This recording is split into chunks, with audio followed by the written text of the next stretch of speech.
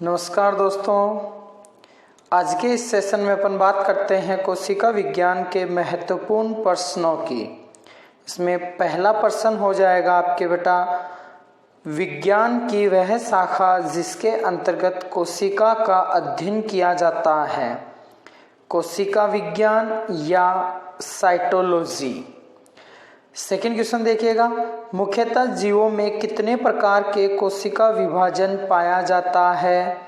ठीक है कि जीवों में कितने प्रकार का कोशिका विभाजन मिलता है, तो अपन कह सकते हैं दो प्रकार का कोशिका विभाजन पाया जाता है। पहला हो जाता है अर्धसूत्री विभाजन और दूसरा हो जाता है समसूत्री कोशिका विभाजन।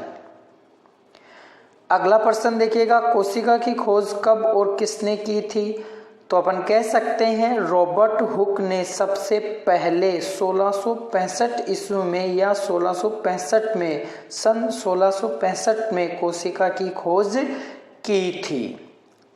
ठीक है, अगला क्वेश्चन है, जीवित कोशिका की खोज सर्वप्रथम किसने और कब की थी, तो जीवित कोशिका की खोज ल्यूवेनहॉक ने 1674 में की थी। ठीक है, अगला क्वेश्चन है आपके, कोशिकाओं के समूह को क्या कहा जाता है, तो कह सकते हैं अपन कोशिकाओं के समूह को उत्तक टिश्यू कहा जाता है। क्या कहा जाता है? उत्तक टिश्यू। स्लेडेन व स्वान ने कोशिका सिद्धांत किस वर्ष में दिया, तो अपन कह सकते हैं 1838 और 39 में कोशिका सिद्धांत प्रतिपादित किया गया था। अगला क्वेश्चन है आपके, सबसे लंबी कोशिका, तो सबसे लंबी कोशिका जो है वो तंत्रिका तंत्र को माना जाता है। सबसे छोटी कोशिका माइकोप्लाज्मा होती है, या माइकोप्लाज्मा को सबसे छोटी कोशिका का दर्जा दिया गया है। सबसे बड़ी कोशिका शुतुरमुर्ग का अंडा होती है। ठीक है, अगला क्वेश्चन है, कोशिका कितने प्रकार के होते हैं, तो आप कह सकते हैं दो प्रकार के, प्रोकैरियोटिक और यूकैरियोटिक कोशिकाएं। प्रोकैरियोटिक और यूकैरियोटिक कोशिकाएं होंगी। अगला है, किस कोशिका में केंद्रक का अभाव होता है, प्रोकैरियोट में केंद्रक का अभाव पाया जाता है। अगला क्वेश्चन है, कोशिका झिल्ली किसका बना होता है, तो अपन कह सकते हैं बच्चों कोशिका झिल्ली जो है वो प्रोटीन और लिपिड का बना होता है। ठीक है, अगला देखिएगा, सेल वॉल या कोशिका भित्ति किस कोशिका में नहीं पाई जाती, तो जंतु कोशिका में सेल वॉल नहीं होती है। ठीक है, जो एनिमल सेल होती है उसमें कोशिका भित्ति अनुपस्थित होती है। अगला क्वेश्चन है आपके, पादप कोशिका में कोशिका भित्ति किसका बना होता है, पादप कोशिका में कोशिका भित्ति सेलुलोज का बना होता है। अगला क्वेश्चन है, जीव द्रव्य का खोज किसने किया था, तो जीव द्रव्य की खोज जो है वो डुजार्डिन ने की थी। किसने की थी? डुजार्डिन ने।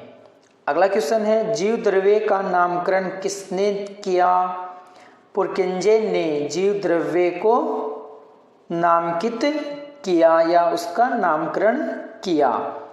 अगला क्वेश्चन है, माइटोकॉन्ड्रिया की खोज किसने की थी, तो अल्टमान ने माइटोकॉन्ड्रिया की खोज की। और माइटोकॉन्ड्रिया का नामकरण किसने किया, बेंडा ने माइटोकॉन्ड्रिया नाम दिया। तो ये बात आपको ध्यान रखना है, अल्टमान ने तो खोज की और नाम बेंडा ने दिया। ऐसे ही जीव द्रव्य की खोज डुजार्डिन ने की और जीव द्रव्य का नामकरण पुरकिंजे ने बताया। ओके, अगला है, कोशिका का ऊर्जा गृह क्या है, माइटोकॉन्ड्रिया को कोशिका का ऊर्जा गृह कहा जाता है। ठीक है, पावर हाउस। कोशिका का श्वसन केंद्र कौन सा है, तो माइटोकॉन्ड्रिया को कोशिका का श्वसन केंद्र कहा जाता है। अगला क्वेश्चन है लाइसोसोम की खोज किसने की थी? तो डी डुबे ने लाइसोसोम की खोज की थी। किसने? डी डुबे ने। अगला क्वेश्चन है लाइसोसोम क्या है? लाइसोसोम एंजाइम या वीकर होता है। क्या होता है? एंजाइम या वीकर होता है।